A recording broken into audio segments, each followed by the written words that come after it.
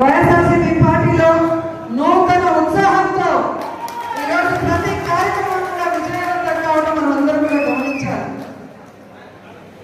ఈ కార్యక్రమానికి విచ్చేసిన మా గురువు గారికి, అలాగే మన ప్రియతమ ఎంపీ గురుమూర్తి గారికి, మనకి ఎప్పుడూ అండగా ఉంటూ మన నగిరి నియోజకవర్గానికి సపోర్ట్ చేసే తండ్రి సమానులు రెడ్డప్ప గారికి,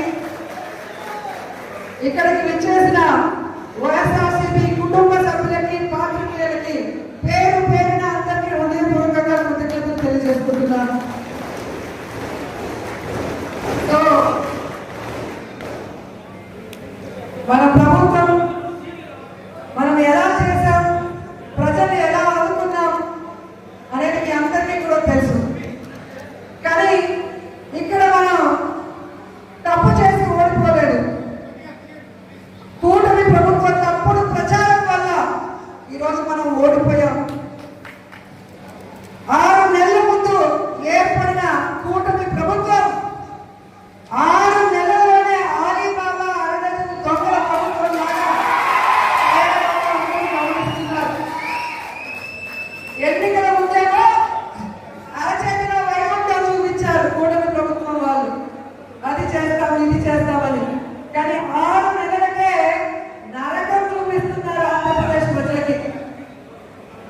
ఈరోజు ఎక్కడికి వెళ్ళిన రాష్ట్రంలో జగనన్నని ఓడించుకొని తప్పు చేశామని ప్రతి ఒక్కరూ కూడా పశ్చాత్తాపడుతున్నారు, బాధపడుతున్నారు.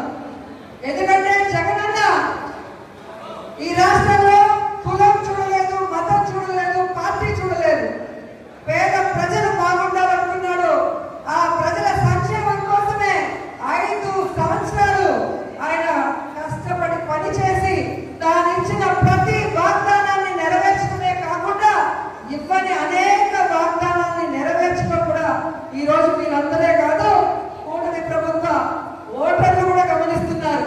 ఆ జగన్ బాబు ఉండేటప్పుడు మాకు అమ్మఒడి వచ్చేది, చేయూత వచ్చేది, విద్యా దీవెన వచ్చేది, రైతు భరోసా వచ్చేది, ఏమీ రావటం లేదని ఈరోజు మాట్లాడి అడుస్తున్న ప్రభుత్వం మన ప్రభుత్వం ఎప్పుడు వస్తుందా, మళ్ళీ జమిలీ ఎన్నికలు ఎంత తొందరగా వస్తాయని రాష్ట్రంలో ఎదురు చూస్తున్నది గమనించాలి. సంపద సృష్టిస్తానన్న చంద్రబాబు నాయుడు ఈరోజు అప్పుల మీద అప్పులు సృష్టిస్తూ మనని అన్యాయం చేస్తున్నాడన్న విషయం మనం అందరం కూడా గమనించాలి. ఈరోజు వైఎస్ఆర్సీపీ నాయకులకి, కార్యకర్తలకి కోరుకునేది నేను ఒక్కటే, మనం నిరుత్సాహపడవలసిన లేదు. ప్రజలు మనతో ఉన్నారు, మన ప్రభుత్వం రావాలని బలంగా కోరుకుంటున్నారు. మన నాయకుడు చెప్పినట్టుగా ఆ ప్రజల సంక్షేమం కోసం ఇన్ని రోజులు పనిచేశాం. ఈరోజు ఈ ప్రభుత్వం చేస్తున్న ప్రజా వ్యతిరేక విధానాన్ని తిప్పికొట్టే విధంగా ఆ ప్రజలకి అండగా తెలియజేసుకుంటున్నాను. ఎందుకంటే చంద్రబాబు నాయుడు ప్రభుత్వం యువతను మోసం చేసింది, మహిళల్ని మోసం చేసింది, విద్యార్థుల్ని మోసం చేసింది, ఈరోజు ఉద్యోగస్తుల్ని కూడా మోసం చేసింది.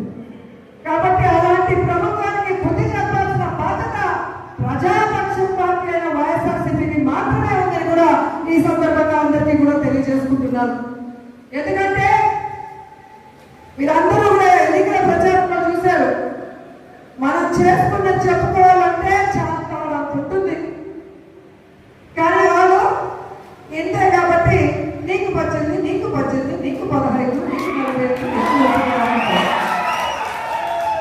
పచ్చ షర్ట్లు వేసుకొని వచ్చి చెప్పారు, పచ్చ చీరలు కట్టుకొని వచ్చి చెప్పారు, ఈరోజు చెవుల్లో పూలు పెట్టారు. సో మహిళలంతా కూడా ఒక కూటమిగా ఏర్పడి ఈ కూటమి ప్రభుత్వాన్ని కూటమి వేలతో పెకిలించే విధంగా మనం అందరం కూడా పని చేయాలని మిమ్మల్ని అందరినీ కూడా కోరుకుంటున్నాను. ఎందుకంటే నాకు తెలిసి ఈ దేశంలో ఏ రాష్ట్రంలో ఏ ముఖ్యమంత్రిని కూడా చూస్తున్నాం మహిళల్ని సొంత అక్క చెల్లెలుగా, అమ్మగా, కుటుంబ సభ్యులుగా భావించి మన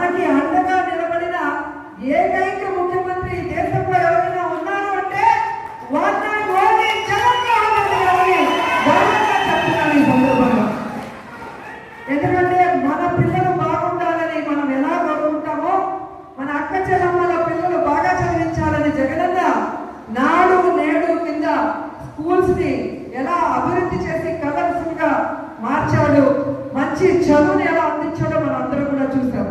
కానీ ఈ కూటమి ప్రభుత్వంలో ఎక్కడ చూసినా వైన్ షాపుని కలర్ఫుల్ గా డెకరేట్ చేశారు.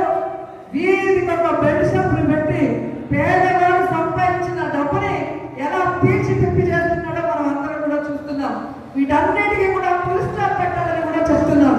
ఎందుకంటే జగనన్న ఉన్నప్పుడు విద్యాంధ్రప్రదేశ్ గా మారిన రాష్ట్రాన్ని చంద్రబాబు నాయుడు ప్రభుత్వం మధ్యాంధ్రప్రదేశ్ గా మారుస్తుంది. ఇది మంచిది కాదని కూడా ఈ సందర్భంగా తెలియజేసుకుంటున్నాను. అలాగే ఉద్యోగస్తులు చూశారు, ఎగిరి ఎగిరి పట్టారు. మన ప్రభుత్వాన్ని దించేంత వరకు కంకణం కట్టుకొని పనిచేశారు. ఈ రోజు బయటికి చెప్పుకోలేక, లోపలికి మింగలేక ఉద్యోగస్తులు ఎలా నరకయాతన అనుభవిస్తున్నారో మీరు చూస్తున్నారు. జగన్